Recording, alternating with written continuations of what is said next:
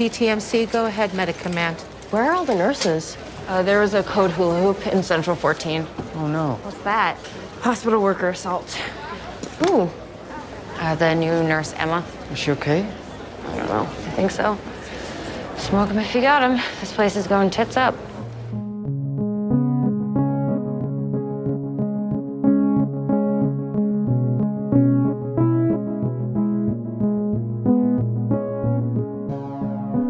Welcome to the Pitt podcast, the one and only official companion to the Pitt, right here on HBO Max. I'm Dr. Alok Patel. And I'm Hunter Harris. It's 6 o'clock in the Pitt this week. We're on episode 12. We will be joined by Brandon Mendez Homer, who plays Nurse Donahue, and Laëtitia Hollard, who plays Nurse Emma. I'm super shy. I don't. Everybody I worked with on season 1 didn't find out till season 2 I went to Juilliard because of Laëtitia. They were like, "Oh, really? You guys same time?" But I also feel old. Today's shift starts now. At the end of last week, cut to black, Nurse Emma is in a headlock. Now we see the golfer, kind of cokehead who, medical term, cokehead. That he got very aggressive. Somehow, we don't know what happened. Nurse Dana came into the room to the rescue. It was a code hula hoop, and the man ends up with a bloody nose. Dana had given him Versed, a tranquilizer of some, or a sedative of some sort. It's a benzodiazepine. Okay. Call it a sedative, totally. Okay. And then now Robbie is like, where did you get that? You can't prescribe that. And Dana's like, it was in my pocket. And what am I supposed to do? Just let this man choke Nurse Emma? It's her first day. You just happen to have a vial of Versed in your pocket? It was extra from the medics. Good timing, I guess. When we waste a controlled substance, we need a witness to sign off. I was on my way to when I spotted that asshole attacking our girl. Anything else, Nancy Drew? Where are you going? Taking a pee. Do I need your permission to do that too now? This is a terrible situation, and I feel this predicament where Sergeant Dana's like, what do you want me to do? Mm-hmm. You know, and people are running in there.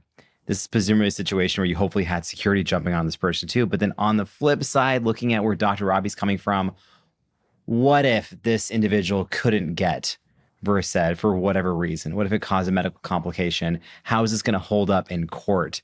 You know, if you actually look up when someone can defend themselves in a hospital setting, it's like, yeah, if you have to defend yourself for your own safety, cool. But it gets different if a patient is incapacitated or they have confusion, or if they are agitated beyond their control, or if you do something and lesser force could have been used. I mean, it's all these little shades of gray. Yeah. But yeah. Sergeant Dana makes a good point where she's like, anyone else steps up, they're considered a hero, but nurses, healthcare professionals have to defend themselves. Right. And it really sets off a series of like little confrontations between Charge Nurse Dana and Dr. Robbie.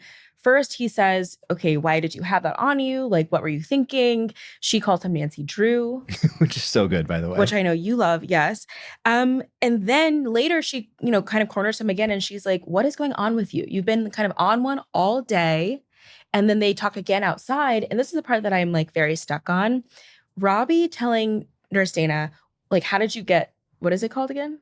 The Versed. Yeah. How'd you get Versed? Like, you could get your license taken away, blah, blah, blah. I'm like, okay, so where was that energy when Dr. Langdon was stealing pills from the ED? I just want to go back to one thing about the assault and the Versed. Yeah. So I've been in this situation. Nurses are so badass. They should not have to put up with this. But in real scenarios where a nurse gets assaulted one-on-one, you have a gang rushing in there. The nurses will basically, whatever they need to do, 4-on-1, 5-on-1, a big aggressive patient. You'll have anyone who's on the floor rush in, doctors, respiratory therapists, everyone. And usually amidst holding somebody down is when they're calling out, we need something, we need a medication. I've never had a nurse give something and then later on be like, oh, whoops, I gave a medication just because I had it in my pocket. Yeah. Sometimes we have as needed medications on the patient's chart. So like we call it PRN. Like if I wrote Versed PRN, that means that if this patient is agitated, you can give a dose of this medication. Okay. You don't need to ask my permission because I already ordered it. Okay. But usually, like I've seen nurses hold patients down and scream, I need something right now. Oh, and, wow. And they have something called a Pyxis, like an emergency, basically a place on hospital floors where you can go and get medications out. And so if I give a verbal order or I put it in the computer, they can run and get a medication and it's into that patient in minutes. Just had to do this last week. So Oh, it's wow. fresh in my memory. Yeah. Well, I mean, I don't know. I guess it is like it makes me uneasy that like Nurse Dana was alone with Emma and that man, and Emma didn't see anything. The man said he didn't remember even choking her, but remembered getting punched. I said, That's right. I was like, you're making that up, dude. Interesting. Trying to get out of trouble right now. Interesting. And he's like, oh, you're going to ruin my life. I was like, all right, dude. I do want to take a moment and sort of compare and contrast what we're seeing between Robbie and Charge Nurse Dana and Robbie and Dr. Al-Hashmi, because kind of a reveal that I hadn't really considered before is that Dr. Al-Hashmi does not know about Langdon's history. She just knows that he came back from rehab and it's his first day back, and that Santos is like really kind of raw, like energy-wise with him. And Robbie says, okay, yes, he had a benzo addiction. He was stealing drugs from the ED. And just the look of like incredulousness on Dr. Al-Hashmi's face was like, oh, right. Something about the way that Dr. Robbie is defending Langdon, Dr. Al-Hashmi, and the way that Charge Nurse Dana is like, you need to own up to your part in this. You have an issue with yourself, not with Langdon anymore. Remind me of what you said last week, that Dr. Robbie has to really take some accountability himself about what went down with Langdon. Charge Nurse Dana calls him out. Yeah. The thing that's fascinating, too, is that Dr. Al-Hashmi completely changes how she treats him after she finds out. Yeah, no, true. But again, I mean, you know, it's ironic then. It's very do as I say, not as I do, that this is an episode where Robbie tells Santos, okay, like, you know, you need to work out your stuff with Langdon. He's here to stay, whatever. I want you to like go to therapy or like see the trauma counselor while I'm gone. I'm like, oh my goodness. So you should actually take that call coming from inside the house, ringing off the hook, in fact. This department is clearly too much for one person to handle. It's not healthy for you or the patients, and I'm very concerned by what I've witnessed today with some of the staff. What is going on with Langdon and Santos? I saw them having it out like it was fight night. Dr. Langdon hasn't even been here for 10 months, and you told me this morning there was nothing to worry about with Dr. Santos. There isn't. Santos and Langdon have beef because she's the one who turned him in for taking meds. I'm sorry, what? Santos is responsible for revealing Langdon's benzo addiction. Was he stealing drugs from this ED? This ED is the best of the best, and I would put it up against any emergency department in the country, and it is going to be yours to fuck up, so don't fuck it up.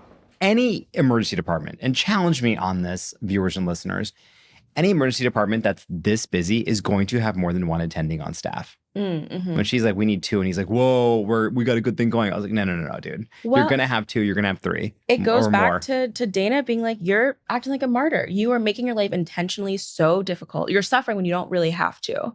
Just because he is very controlling and wants eyes on everything. But it's like, to whose detriment? The patients and the staff. Mm-hmm. There are multiple moments in this episode that hint at Dr. Robbie's like breaking point or walking to the edge. Yeah. Like McKay makes that comment. Yes. Like I've had many people kind of flirt with this line, and Duke makes references to it as well. Charge Nurse Dana makes references to it. Like the darkness is coming at Dr. Robbie. I wonder who can like get clarity, make him see clearly that like this is not for you. Maybe it's going to be Abbott. I think it could also be Javadi.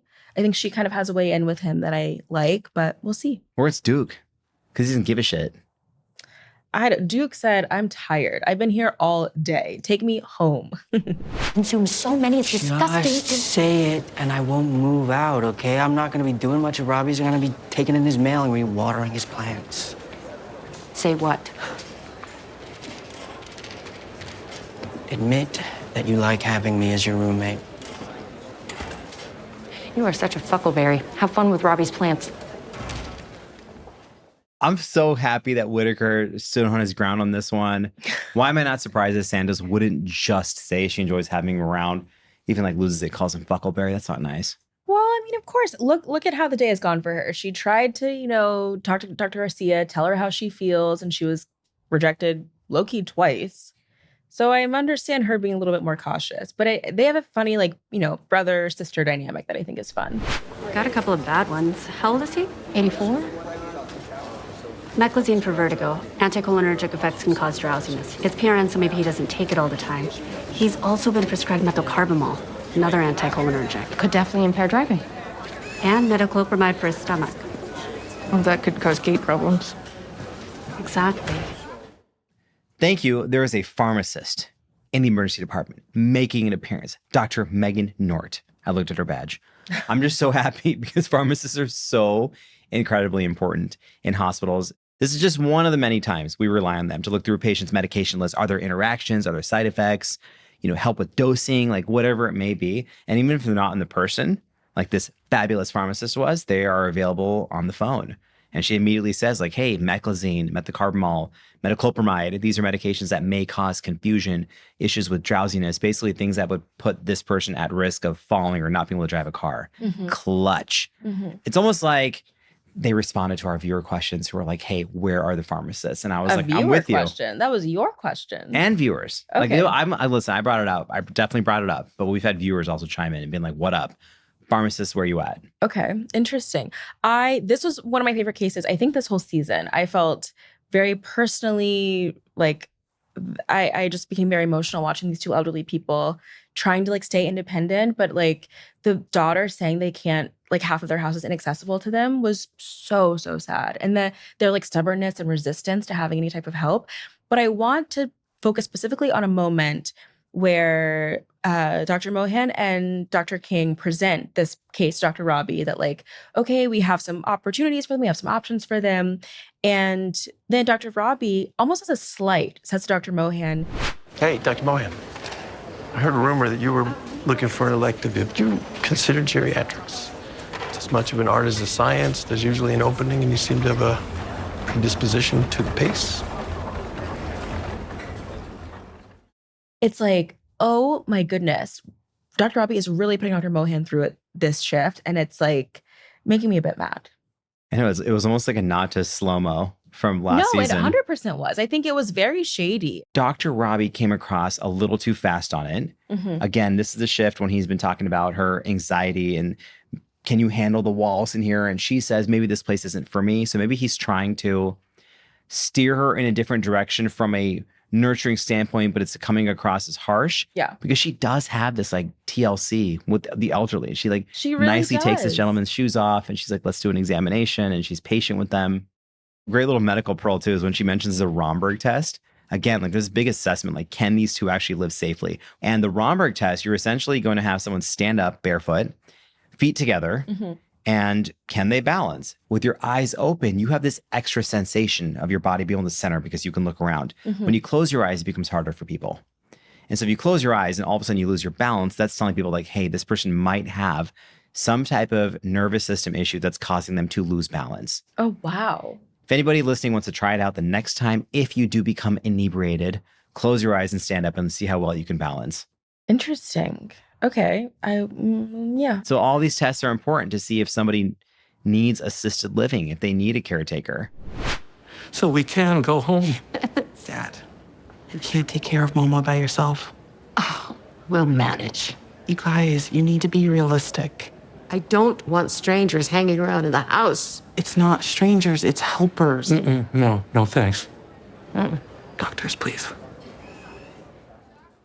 And like the conversation that this couple has with their daughter is a very realistic one as we have an had aging it population. many times. Oh my goodness. Like the have. stubbornness with some elderly people not wanting to receive care, especially I think in Black families, as my family is, like a sort of systemic distrust of systems, of medicine even, that it makes it a lot more emotional to try to talk someone out of wanting to live alone.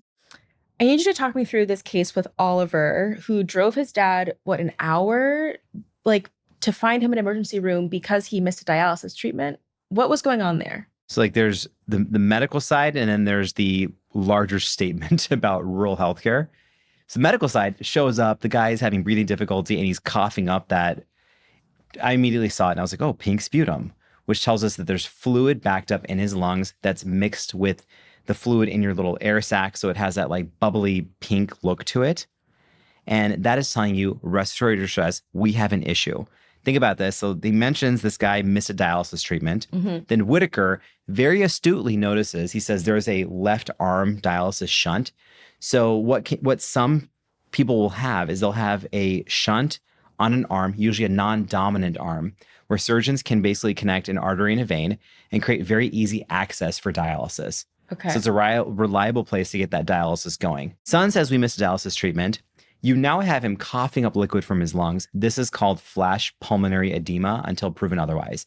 Meaning if you can't get rid of fluid from your kidneys, it's got to go somewhere. You get a fluid backup, we worry that it's going to wind up in your lungs. So he's got a bunch of fluid in his lungs, which is why they're now trying to get fluid off of his body.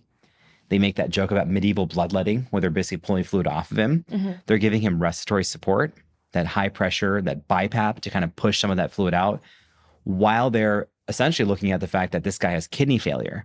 So your kidneys are not only pulling fluid out of your body, but they're also making sure that your body has good ion balance. So his potassium level is really high. So then you have this other conversation about dropping down his potassium levels. You can do that with insulin and glucose, which will shift potassium into your cells. Albuterol, which is a medication used for asthma dilators, bronchodilators, that'll also push potassium into your cell. And all this conversation is happening in the span of minutes. Like this is a great kind of case report that's happening in the pit in real time. Can I pause for a second? I'm stuck on pink sputum. Frothy pink sputum. Ugh. I wish I could be in your brain. That's so crazy. I wish it could be in your brain and have these like one-liners that just, incredible fly off the pull, handle. Pink sputum.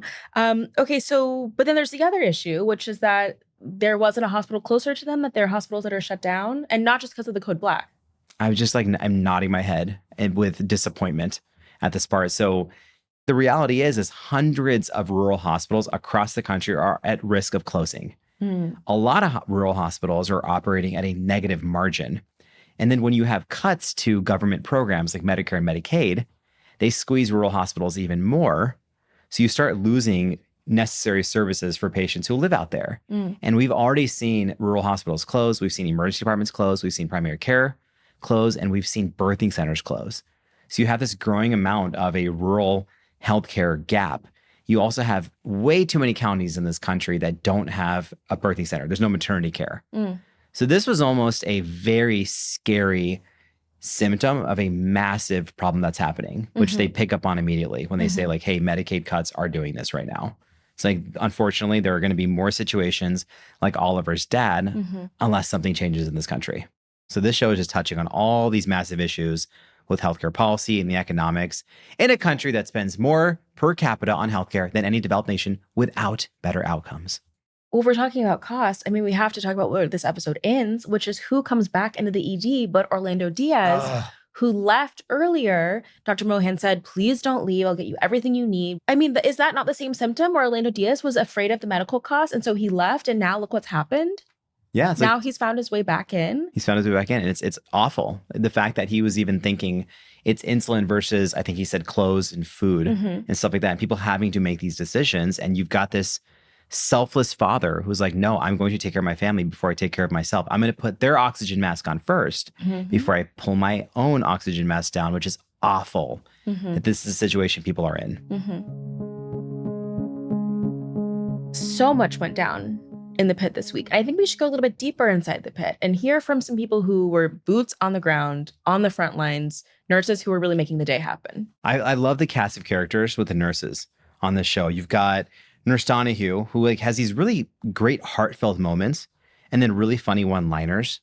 Yes. You know, he's been through some training. He's now got a new kid. He's all over the place. And you have Nurse Emma, who has like the craziest first day ever. So without further ado, let's talk to Nurse Emma and Nurse Donahue, a.k.a. Laëtitia Hollard and Brandon Mendez Homer. Let's do it. You're lucky this was just a poke. Spared the muscle. See?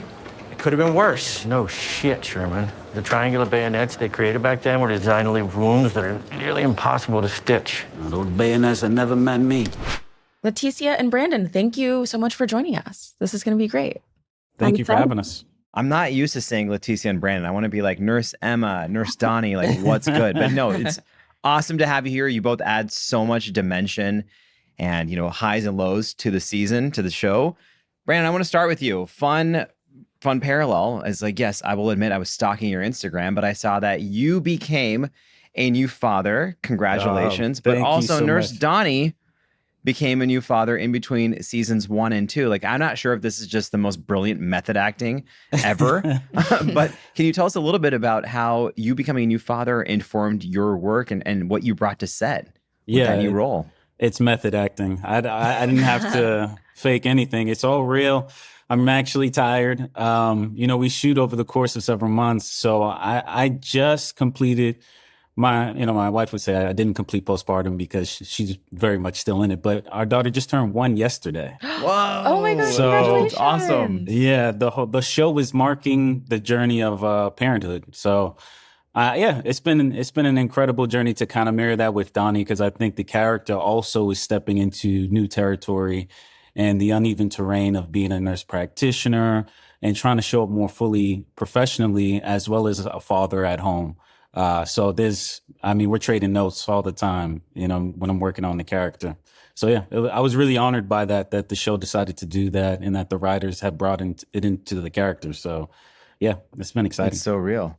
Laëtitia, you are new to the show this season. I want to know, how did your first day compare to Nurse Emma's first day? And what was it like joining this big ensemble? Oh, I took so much inspiration from Emma's first day from my first day doing medical boot camp. I got there, I was ready to see Kristen, Amy Lynn, and Catherine, and I thought that was it. I wouldn't see anybody else. I got there was Noah on his little swivelly chair, chilling in the cool kids table, and there was Patrick and like the whole main cast, and I was like, yeah, Kristen literally said to me, she's like, you look like a deer in headlights. And I was like, oh, this is probably what Emma feels like. So especially that first episode, I was like, we're gonna really take from what it was to come to set for the first time in a big TV show. So cool. That is real life experience meets your character. Yeah. Now, I got a fun question. We talked to Lucas Iverson, Ogilvy. Yes. And, he was telling us about his first kind of takes and how he was told you're not being enough of a jerk. And so some of those character notes. I'm curious what notes you both got when you were filming Nurse Emma and Nurse Donnie. Actually, yeah, I did get a note. It was for the sexual assault case. I think that Emma's a very caring person. So a lot of times when we first met our patient, I was like smiling and I was like really like feeling like me as Laëtitia, when I'm talking to someone, I'm like, oh, I'm like making all these types of faces. And they're like, the sane nurse is like, don't do that.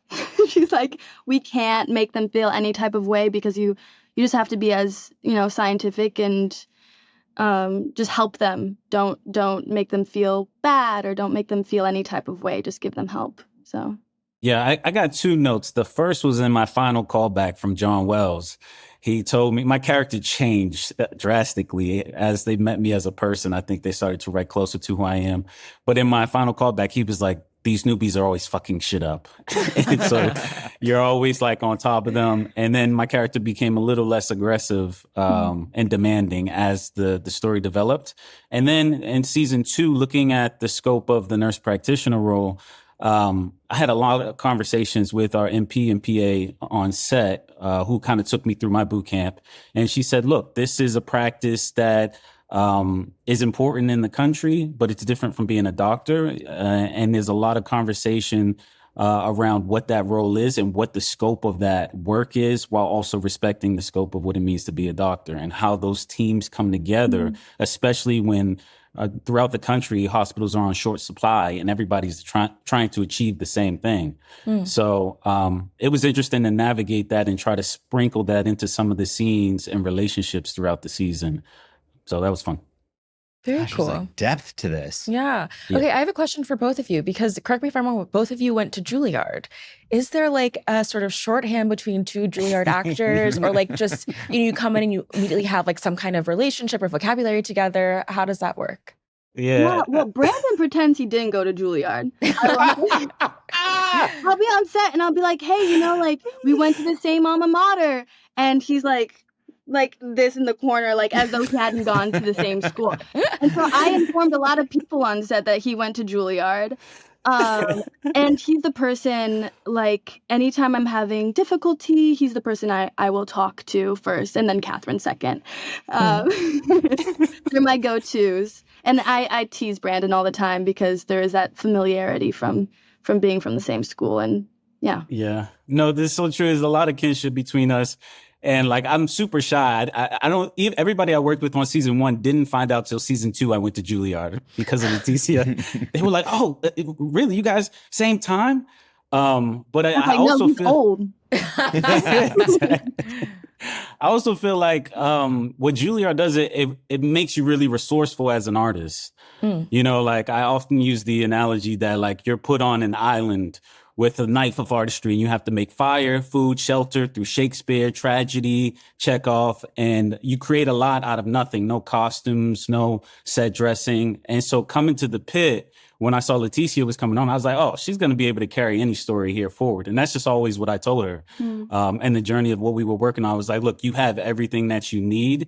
So, you know, when we joke and everything, we play a lot between takes because I know that like when the camera's rolling, we both have that shorthand of like, oh, now it's time to drop in. Now it's time to deliver. So it was really nice, really fun to you know, build that relationship on set. It was good. Well, one of the things that Brandon would do as Donnie is him and Patrick, actually, Patrick as Langdon, they would say, hey, Emily, how is it? they would change like my name every time and it would make me like genuinely like mad. I was like, I hope they don't see any of these takes of me being like, guys, don't say that to me. I love that. I feel like this constant, like Laëtitia, you constantly roasting Brandon is part of the Juilliard vibe or the fact that you two have this kinship. It's hilarious. But yeah, it's great. I got a question though, Laëtitia. So we're talking about episode 12. Yeah. There's been many moments when Hunter and I have wanted to jump into the screen and fight somebody. We see a patient put Laëtitia into a headlock. Dramatic. How did you prepare for that scene? What was that like? Yeah, I actually was part of my audition. And I put a lot of care and thought into it. And I think it's really important that a show about a hospital shows that nurses do often like get assaulted by patients, and hopefully it leads to a conversation about how we can help mitigate that. Most nurses I've talked to have had some sort of bad interaction, if it's even verbal assault, or know someone who has. Far too often. Yeah.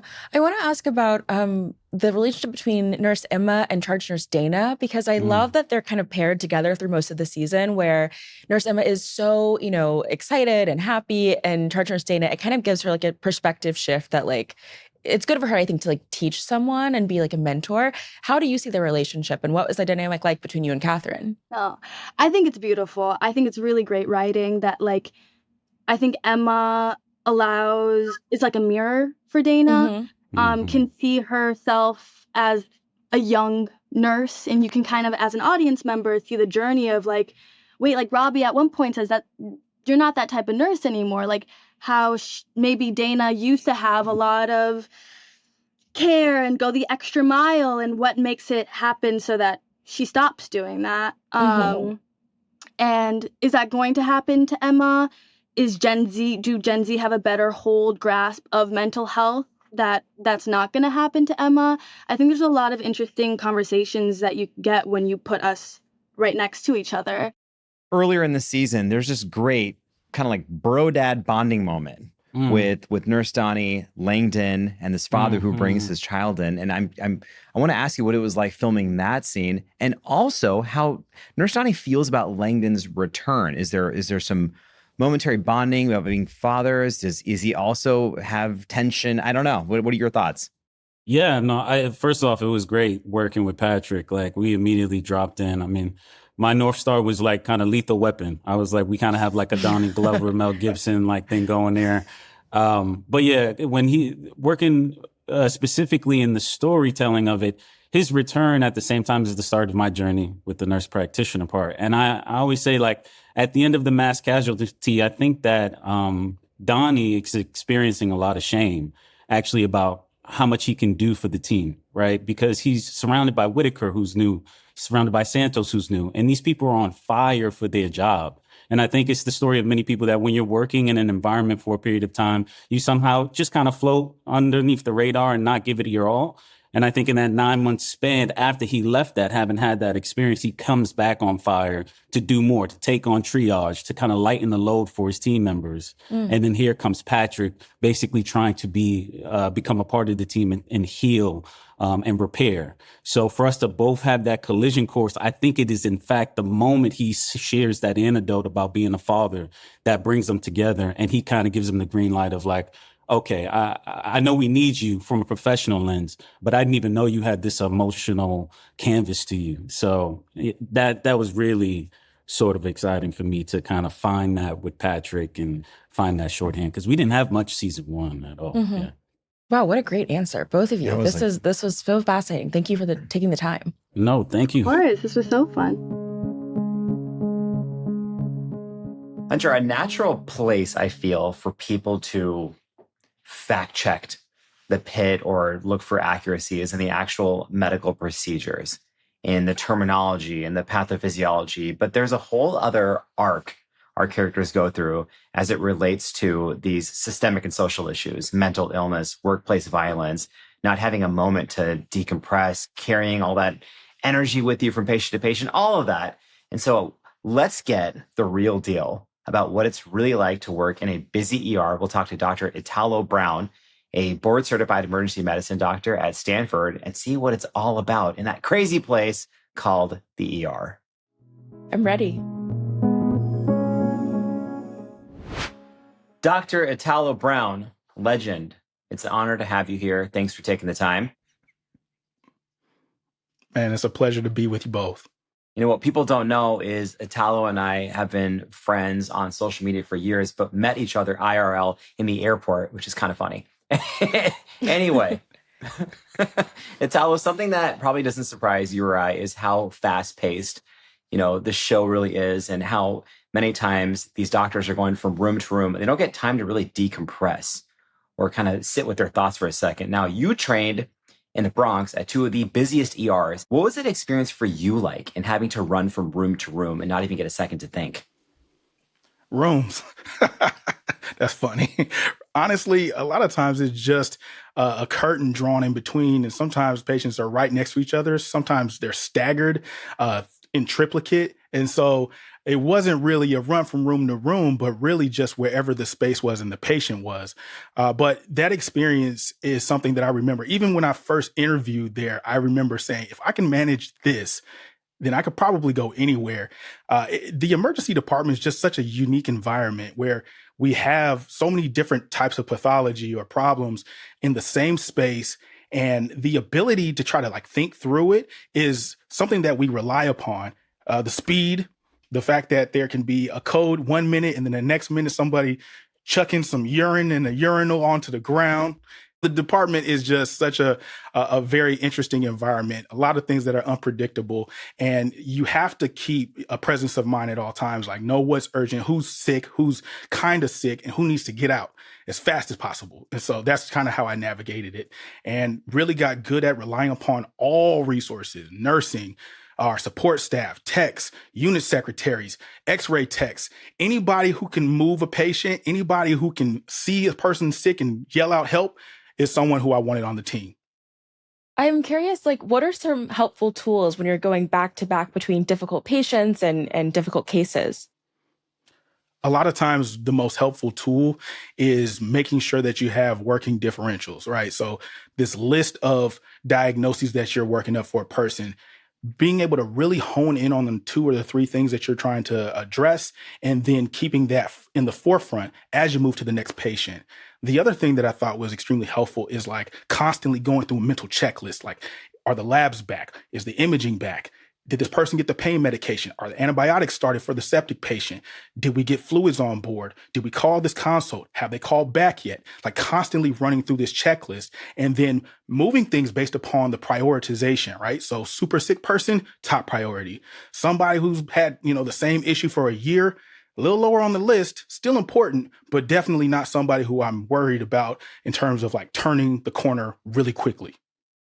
Master of the multitask. Incredible. Spinning all the plates at the same time and making sure that none crash. That's all it is. But what we've seen on the show and in real life is sometimes spinning all those plates does not involve paying attention to collective mental health. And we know that there's mental health struggles all over healthcare. We see it show up in this show for different characters. We're starting to learn a little bit more about each character's kind of personal mental health journey. How do you see mental health show up for your team, for your residents? Are we making progress in being able to talk about it and spot it? What I have learned to rely upon is this team environment, right? Just because we're friendly, we're a family, we spend a lot more time with each other than we do sometimes with our own families. I think one of the greatest changes that's happened recently is the development of like a wellness initiative across emergency medicine, where we see wellness fellowships. We see a lot of importance placed on balance and making sure that our lives outside of the hospital are as good as possible so that we can perform at a high level within the hospital. And then finally, like this change in the stigma around therapy. So a lot of people used to not want to say, I'm a doctor and I go to therapy, or I'm a doctor and I take medication, or I'm a doctor and I talk to somebody about the trauma and the struggles that I experience on the shift. This space has now shifted to where these are encouraged, welcomed, and we celebrate it. And so that to me has been like one of the greatest things that's changed in the last like 10, 15 years. So you are an assistant professor of emergency medicine at Stanford. And I want to know, like, how realistic are you with students when they're going into this line of work about the mental health, risks or how to take care of their mental health in these positions? I sugarcoat nothing. They know. I will tell you the absolute truth 10 times out of 10. I start off by asking them, like, what do you want out of this career? It's a lifelong career. You sign up to be a physician, but signing up to be an emergency physician means that you're going to be imprinted upon constantly by people's personal struggles, things that are social and structural, systemic failures. And you're going to see some of the most vivid, gruesome, and sometimes very unbearable things. It could be as bad as someone being shot in the chest or talking to a patient who's been sexually assaulted. All of this gets imprinted on your soul. And so I try to make sure they understand that this specialty requires a lot of self-awareness, and that if they want to step into this, that not only are you going to be literally tasked with a lot of things, but you won't be left alone. We have a lot of support. And by support, I mean we have a lot of individuals who experience the same things, and they're open to sharing it. So you won't feel like you're on a team by yourself, but it is a commitment. And every single time you do this, it demands its pound of flesh. So it's an undertaking, but I think that the reward is extremely high. And we see that experienced over and over again with people coming back to the field, people making sure that they show up at our meetings, that they do research. They are undercompensated and still give 110%. I really like how you phrased these experiences are imprinted on your soul, the good and the bad. And, the Pitt does a great job of highlighting many of the struggles that doctors, nurses, techs, all of us go through. And one of them is violence in the workplace. And, shots heard around the world when Charge Nurse Dana was punched in season 1.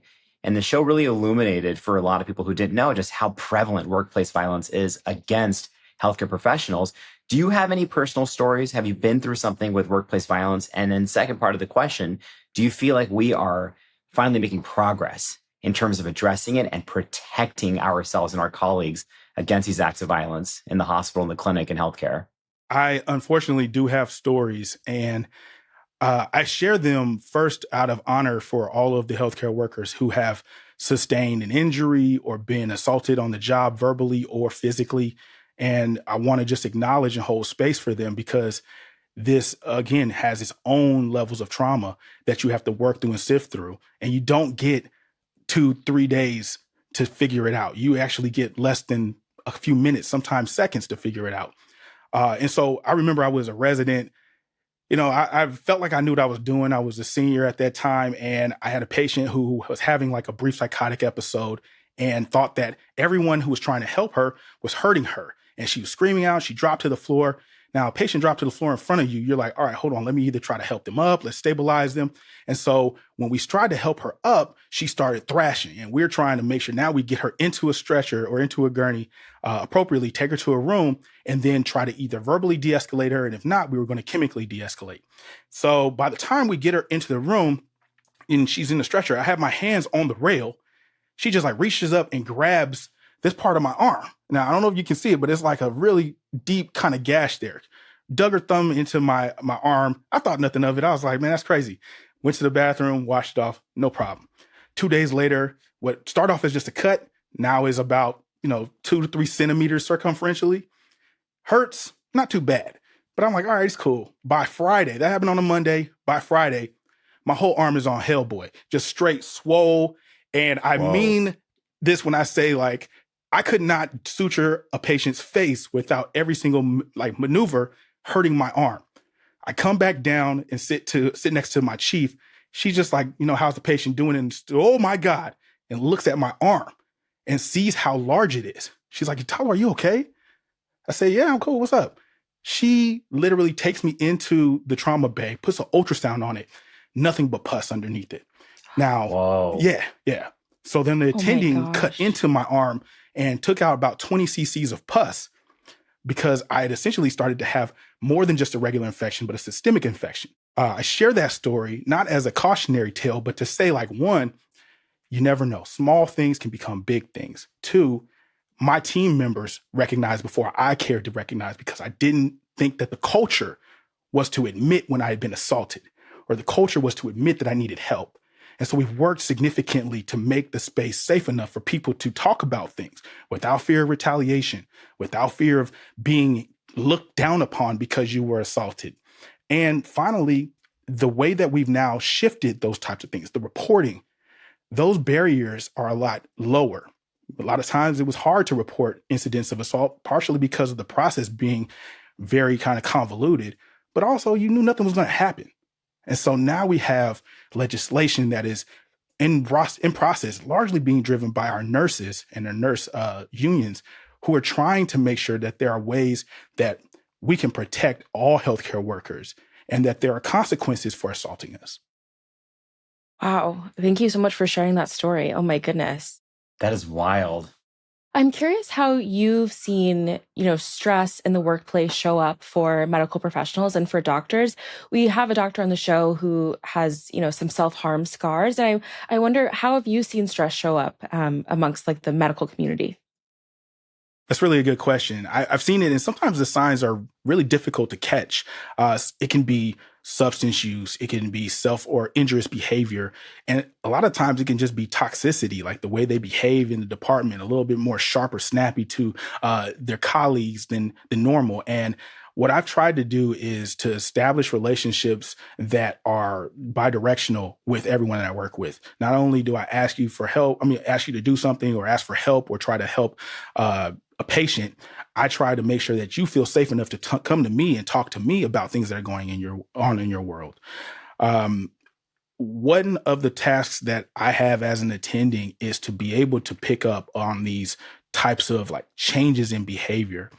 And what we don't do a great job of is having individuals check in just because, right? We think that it's always, oh, you're in trouble or your charts are late. It's always this kind of structure of I'm checking in on this person because they owe me something or they need to do something, not just I care about you and I'm worried about you. So leading with that type of energy has yielded a lot of these kind of people in my life who've shared that information, and I've been able to help them as best as possible. Yeah, Dr. Robbie needs some of that too, both. Yeah. Man, what the personal support, but also the push to go and be like, hey, resident, you can see, come to me. Man, I know he tries. And from watching his character arc, it's almost as though, you can tell he's a little tapped out, but I think that deep down he has that desire to connect with everybody that he's helping and he's training, he's educating, and they view him in a certain way, right? They see him as this citadel of knowledge, and they understand that he can make decisions and do things that most of the doctors don't do. But I think that you have to layer in a little bit more of that vulnerability, and you got to show them that you're friable too. Yeah. No, that's a good give point. And take. Italo, it's interesting. Earlier this season, I was talking to some colleagues, and one of them had mentioned this frustration to me that he heard med students saying, oh my gosh, we watched the Pitt, we want to go into ER medicine because it seems so cool. And these other doctors are like, no, it's not really that crazy. Like, you're not going to get this many, wild traumas or zebra cases, sort of say, in one shift. Like, you got to be realistic about it. And I'm like, obviously it's television, guys. Like, calm down a bit. But I want to ask you, as the real deal, what is your favorite part about being an ER doctor? Like, what gets you up when you're kind of tired, you don't want to get to work, and gets you motivated to get into the hospital and take on a shift? It's honestly the nonstop problem solving. It's like a Rubik's Cube every time you walk into the department. And I like the idea of every time I meet a patient, first of all, I'm meeting more people than anyone typically on a standard day, right? You're talking about 30 to 50 people that you just meet every day. And they have backstories, they have real problems. And your job is to get the most information possible in an infinitesimally small amount of time to try to help them move from point A to point B. Now, I'm not going to lie. I originally was brought to it because of the cool stuff. Like, oh man, you're putting in chest tubes. We're intubating patients. We're seeing, someone who fell through a roof or whatever. Like, those stories make for great bar conversation. You walk in, it's like, yo, I got a story for you. Let me tell you what I extracted from this patient the other day. But at the end of the day, it's really about these patients and making sure that they're talking about their experience with you in such a high regard that you feel like you honored the specialty and the many other people who came before you.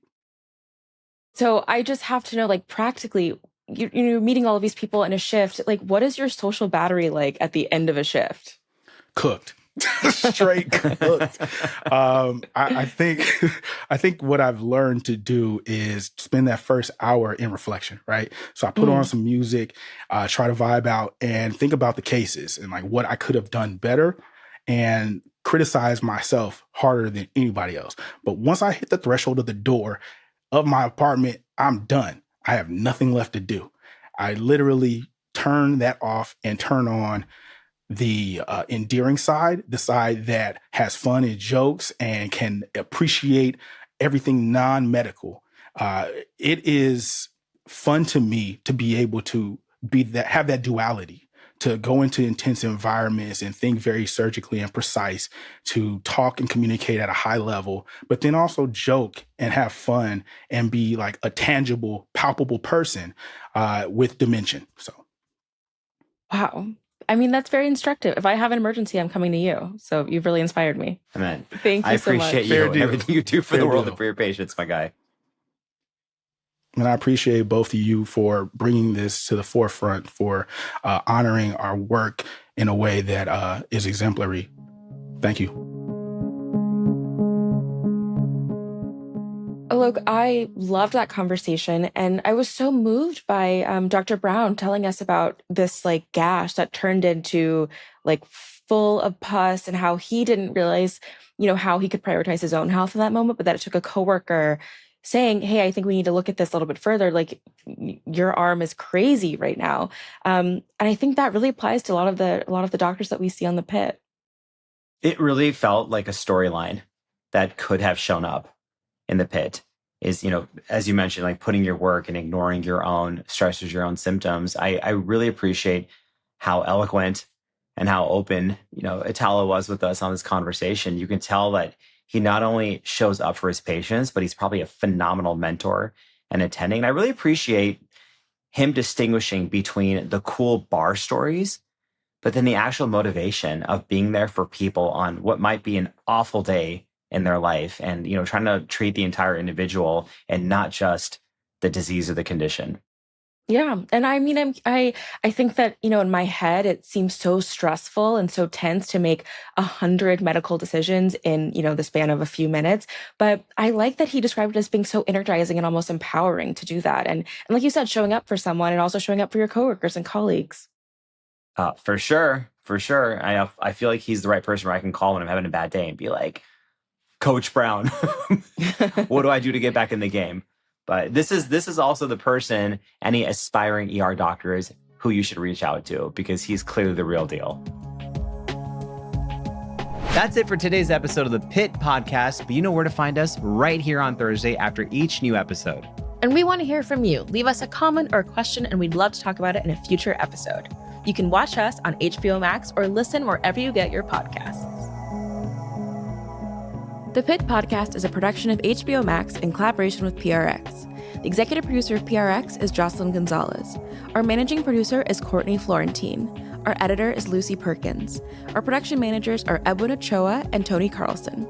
Our video producer and editor is Anthony Q. Artis, with assistant editor Damon Durrell Hinson. This show is engineered by Tommy Bazarian. Special thanks to Joe Carlino. The executive producer of HBO Podcasts is Michael Gluckstadt. The senior producer is Allison Cohen-Sirokach, and the associate producer is Aaron Kelly. Technical director is In-Sung Kwang. I'm Alok Patel. And I'm Hunter Harris. We'll see you next week in the Pit.